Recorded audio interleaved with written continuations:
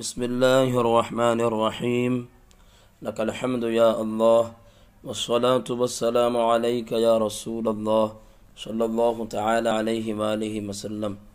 محترم عزیز طلباء، آج آپ کے سامنے ہم جو کتاب لے کر حاضر ہیں اس کا نام گرامی کریمہ سعدی ہے۔ یہ کتاب حضرت شیخ سیدنا شرف الدین سعدی شرازی کی یہ تصنیف لطیف ہے، اور ابتدائی طلباء کے لیے بڑی ہی شاندار کتاب ہے فارسی کے لیے، فارسی میں، اور فارسی سیکھنے کے لیے نہایت ہی معتبر کتاب ہے۔ تو اس لیے آج ہم اس کتاب کا آغاز کرنے جا رہے ہیں۔ مصنف کا نام میں نے بتا دیا، حضرت سیدنا شیخ شرف الدین سعدی شرازی۔ ان کی اور دیگر کتابیں ہیں، گلستاں، بوستاں، یہ ساری کتابیں انہی کی ہیں، اور گلستاں اور بوستاں کے اسباق میں میں نے ان کے حالات زندگی بیان کر دی ہے، تو اس لیے یہاں دوبارہ بیان کرنا مناسب نہیں سمجھتا۔ جس کو بھی حالات زندگی جاننا ہو وہ کتابوں میں بھی موجود ہے، دیکھ سکتے ہیں، اور اسی طرح گلستہ بوستہ وغیرہ کے شروع میں بھی ان کے حالات انشاءاللہ آپ کو مل جائیں گے۔ تو ہم کتاب کا یہاں سے آغاز کرتے ہیں۔ بسم اللہ الرحمن الرحیم، اللہ کے نام سے شروع جو نہایت مہربان رحمت والا۔ نحمدہ ونصلی علی رسولہ الکریم،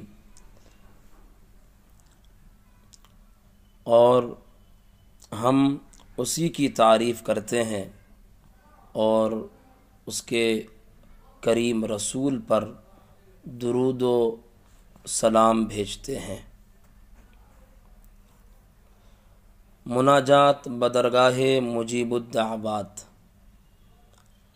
مجیب الدعوات کی بارگاہ میں مناجات، یہ ترجمہ ہے، لیکن مناجات کسے کہتے ہیں تو اس حوالے سے جان لیں۔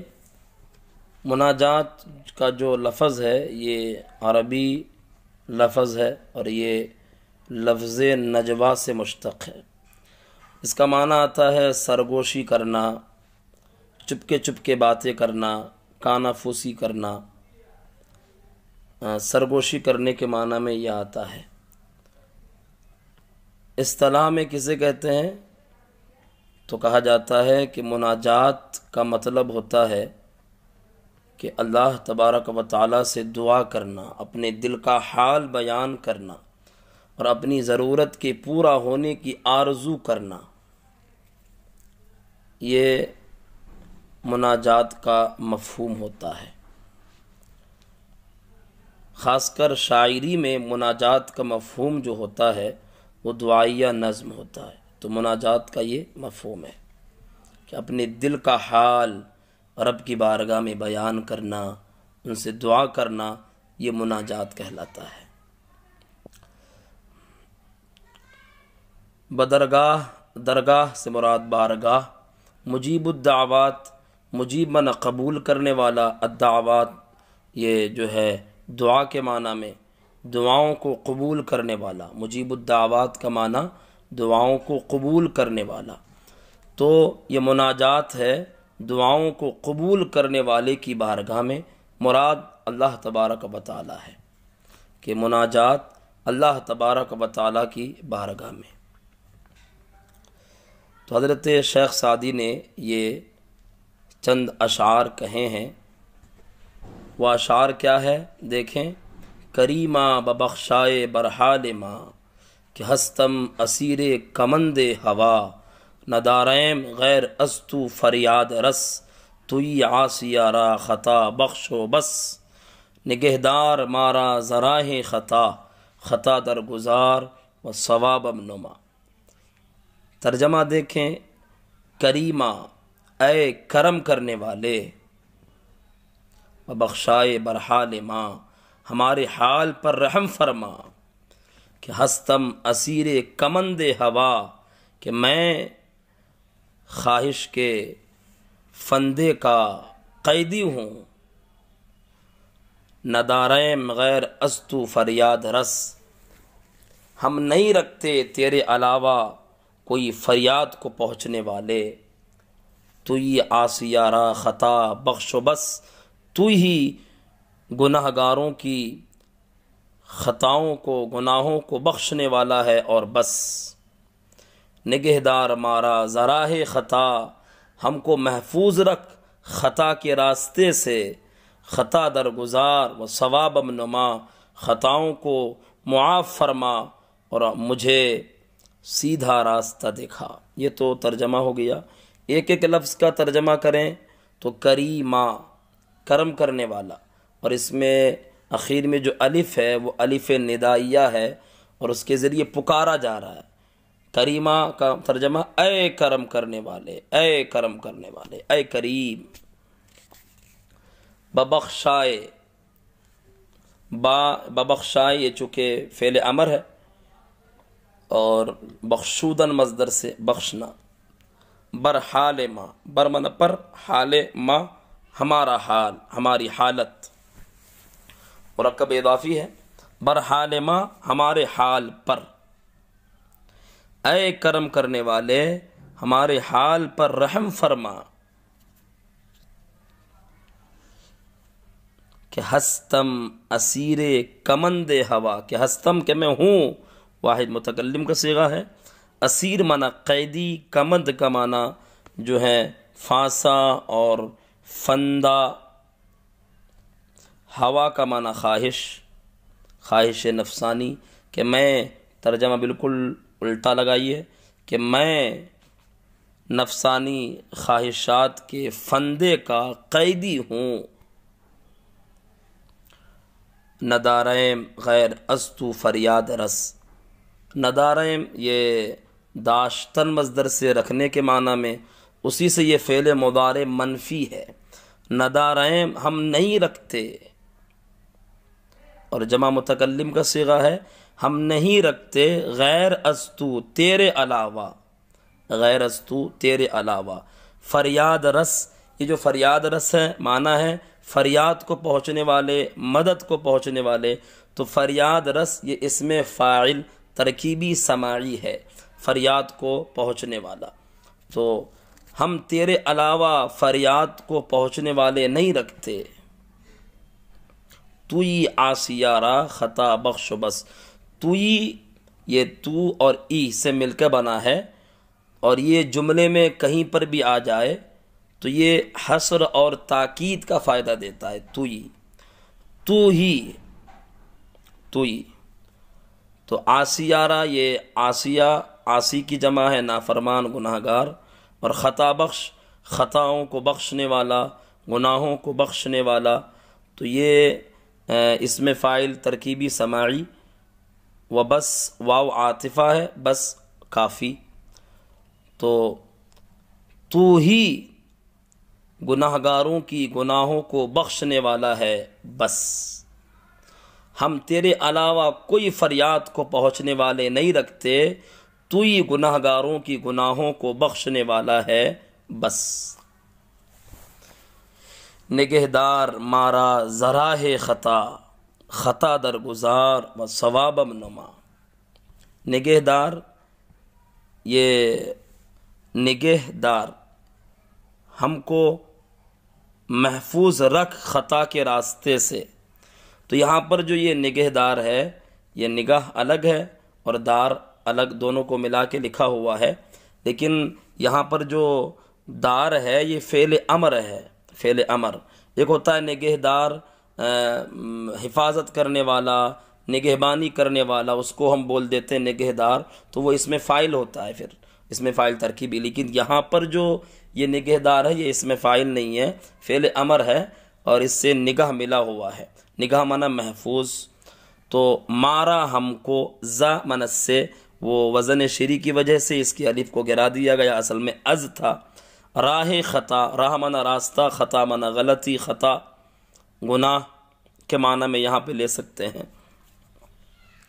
ہم کو خطا کے راستے سے محفوظ رکھ، تو نگاہ یہ دار فعل امر ہے، رکھ اور نگاہ محفوظ، ہم کو خطا کے راستے سے محفوظ رکھ، خطا درگزار و ثواب نما، خطاؤں کو معاف فرما، درگزار در زائد ہے اور گزار گزاشتن مصدر سے معاف کرنا چھوڑ دینا، اور ثوابم میم متکلم کے لیے ہے، ثواب درست، اور نما فعل امر نمودن مصدر سے دکھانے کے معنی میں، خطاؤں کو معاف فرما اور مجھے سیدھا راستہ دکھا۔ در ثنائے پیغمبر صلی اللہ علیہ وسلم۔ اب یہاں سے جو ہے حضور اکرم صلی اللہ علیہ وسلم کی تعریف کی ہے حضرت شیخ سعدی نے چند اشعار میں، وہ سماعت کریں۔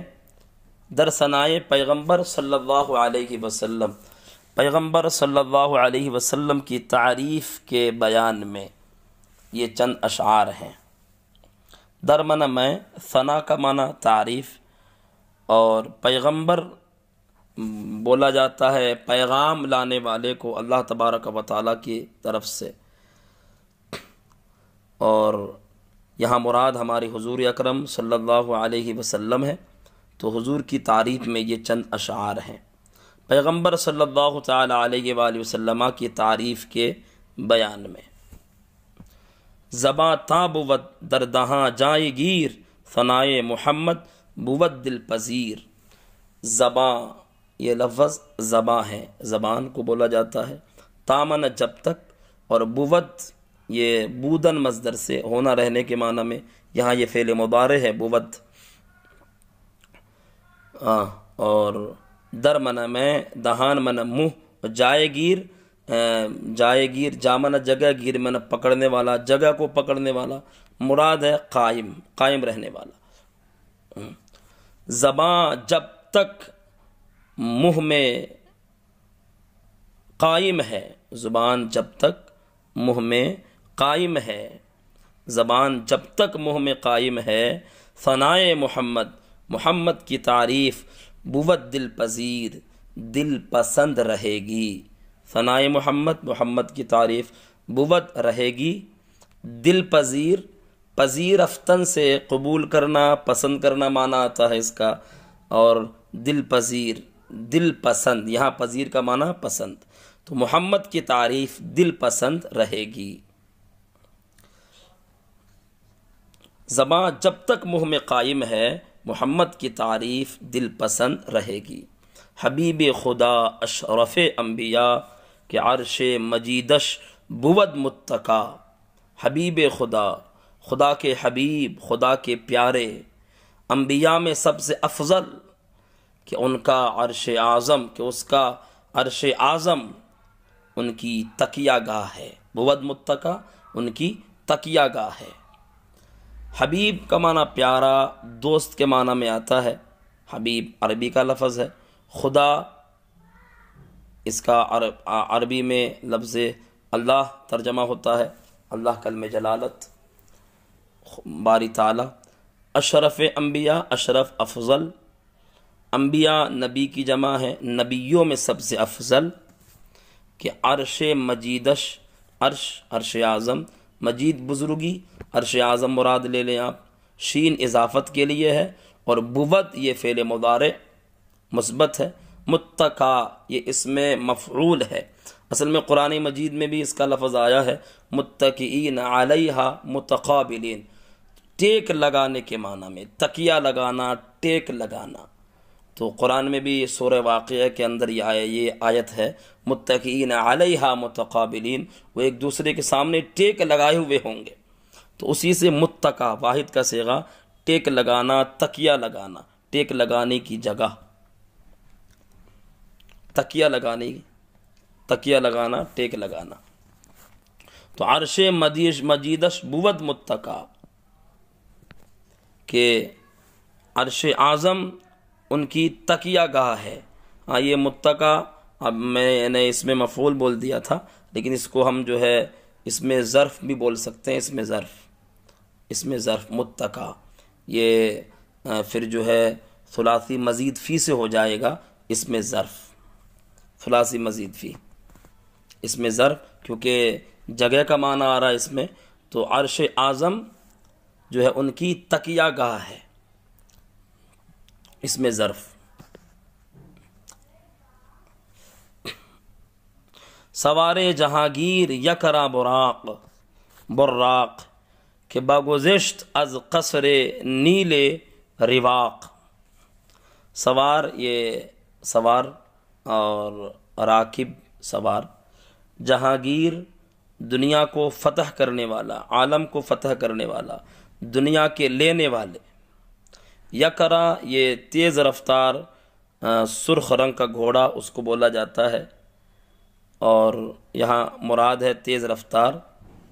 براق کہ جس پہ ہماری حضور اکرم صلی اللہ علیہ وسلم مسجد حرام سے مسجد اقصیٰ تک اور پھر وہاں سے آسمانوں تک جس جانور پہ آپ سفر کر کے گئے تھے، آپ سوار ہوئے تھے، اس جانور کو براق کہا جاتا ہے۔